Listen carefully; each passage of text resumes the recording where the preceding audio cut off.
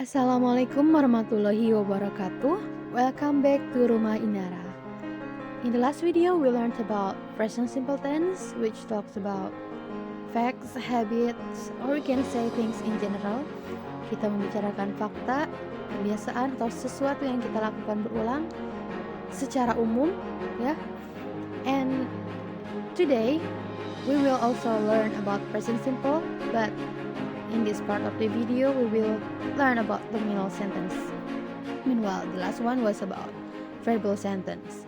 Jadi kali ini kita mau belajar nominal sentence, yaitu sentence atau kalimat yang nggak butuh verb 1. Kalau yang kemarin kan kita perlu verb 1 ya, kalau yang ini enggak. Oke, untuk lebih jelasnya kita lihat beberapa contoh berikut ini. I have 4 examples. I have 4 sentences. Saya punya 4 kalimat. Yang pertama, I am a student. Saya seorang siswa. Di sini kita nggak menemukan kata kerja. Saya sebagai subjek, seorang siswa itu sebagai kata benda. Sedangkan yang kemarin itu, yang sebelum ini, dia ada kata kerjanya. Contohnya, I drive.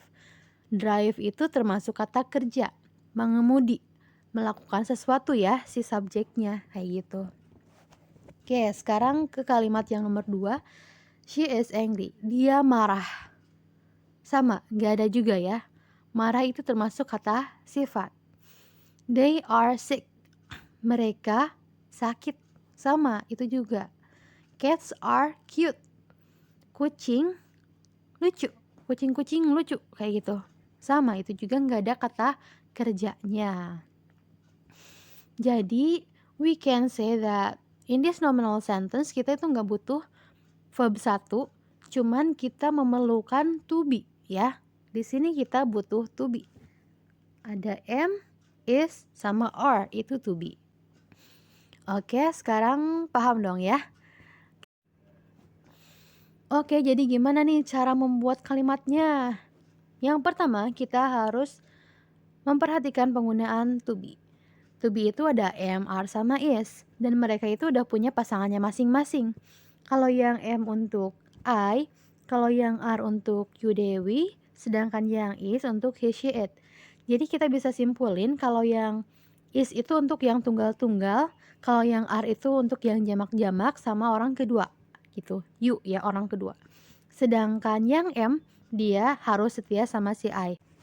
Paham ya? Jadi perhatikan penggunaan to be-nya. Ini penting. Kemudian, untuk membuat kalimatnya, nah, kita pakai pattern berikut ini. Yang positif, kita mulai dengan subjek dulu, kemudian to be, kemudian noun atau adverb atau adjective. Noun itu kata benda, seperti meja, kursi, orang, kayak gitu. Terus adjective itu kata sifat, kuning, sakit, marah, kayak gitu. Adverb itu kata keterangan. Di sini, di sana, di pantai, kayak gitu. Oke, kita lihat kalimat yang positif, contohnya I am a student. Sayanya sebagai subjek, am-nya sebagai to be, dan a student-nya sebagai noun, ya, kata benda, kayak gitu. Sekarang untuk kalimat negatifnya, ingat kalau yang negatif itu ada not-nya ya. Untuk menyatakan tidak. Seperti yang sebelumnya juga ada not-nya kalau di kalimat negatif, kayak gitu. Urutannya, pertama-tama subjek dulu, kemudian to be-nya, kemudian not, terus noun, adjective atau adverb. Kita lihat contohnya, di sini subjeknya adalah you. Kalau you berarti pasangannya adalah are, gitu. Terus masukin not-nya, terus masukin deh adjective-nya apa, atau noun-nya atau adverb-nya ya. Sedangkan di sini kita pakainya adjective. Kemudian untuk kalimat interrogatif atau pertanyaan, kita mulai dengan to be, kemudian subject, kemudian noun atau adjective atau adverb-nya. Di sini contohnya is he there. Is-nya sebagai to be dipasangkan dengan he, kemudian dimasukkan deh adverb-nya there di sana. Well, kalau udah paham kita harus latihan. Ada pepatah mengatakan practice makes perfect. Jadi kita harus berlatih biar lebih baik lagi, oke? Di sini ada 5 nomor, yang 1 sampai 3 itu tinggal dipilih yang mana to be-nya untuk subjek-subjek berikut. Nomor 4 tinggal diubah ke kalimat negatif dan nomor 5 ke kalimat positif. Kayak gitu. Boleh di-pause dulu videonya sebelum nanti ke jawabannya. Oke, udah dijawab nih. Ini jawaban dari pertanyaan-pertanyaan tadi. Yang nomor 1, they are soldiers. Kenapa pakai are? Karena subjeknya they. They itu lebih dari 1, kayak gitu. Banyak mereka. Lalu nomor 2, Fatima is here. Fatimah itu cuman 1 orang, makanya dia pakai is jawabannya. Yang nomor 3, my computer is out of order. Karena komputernya cuman 1, berarti dia pakai is. Ciri komputer itu cuman 1, di komputernya nggak pakai s. Kalau misalkan komputernya lebih dari 1, biasanya ada s-nya. Contohnya my computers, ada s-nya ya.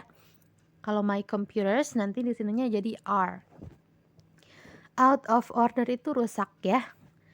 Selanjutnya nomor 4, he is a great singer. Ke kalimat negatifin, tinggal ditambah not setelah to be. Nah, kayak gitu. He is not a great singer. Seperti itu. Oke, nomor 5, are the students smart? Ke kalimat positif kan. Jadi the students are smart. Tinggal dipindah yang are-nya ke tengah. Kayak gitu. Gampang ya, tinggal ngikutin polanya aja. Oke, in conclusions, nominal sentence doesn't need verbs. Jadi di kalimat nominal ini kita nggak butuh verbs, tapi kita butuh to be. Dan to be itu ada am, are, sama is. Mereka udah punya pasangan masing-masing, jadi jangan sampai ditukar-tukar ya. Yang I itu sama am pasangannya, yang you, we, they, atau benda yang banyak itu subjeknya yang banyak itu pakai are. Sedangkan yang he, she, it atau subjeknya 1 doang dia pakai is. Dan gunakan to be ini sebagai penghubung antara subjek dan situasi atau keadaannya. Contohnya I am bored. Oh iya nih, kalau misalkan kamu mau menyatakan bahwa kamu bosan, kamu bilangnya kayak gini ya, I am bored. Oke, jangan sampai bilangnya I am boring. Karena kalau I am boring itu artinya saya membosankan. Terus ada lagi nih, kalau kamu mau menyatakan bahwa kamu suka sesuatu, contohnya kamu suka cilok nih. Kamu suka cilok, kamu bilangnya I am like cilok. Ya boleh kayak gitu, tapi bilangnya I like cilok.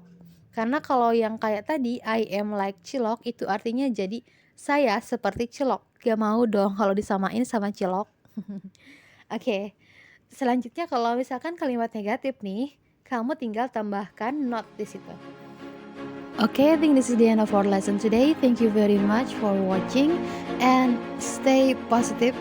Keep practicing, keep learning, and inshallah you can master this language easily. Thank you very much. Wassalamualaikum warahmatullahi wabarakatuh.